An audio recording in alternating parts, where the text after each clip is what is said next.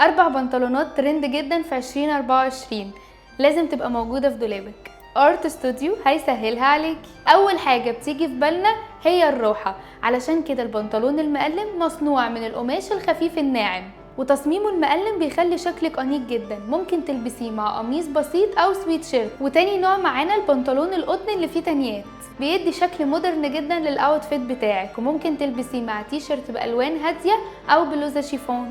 بيكون شكل الاوتفيت بتاعك مودرن وشيك، مش بس مريح، لا ده بيخلي شكلك حلو.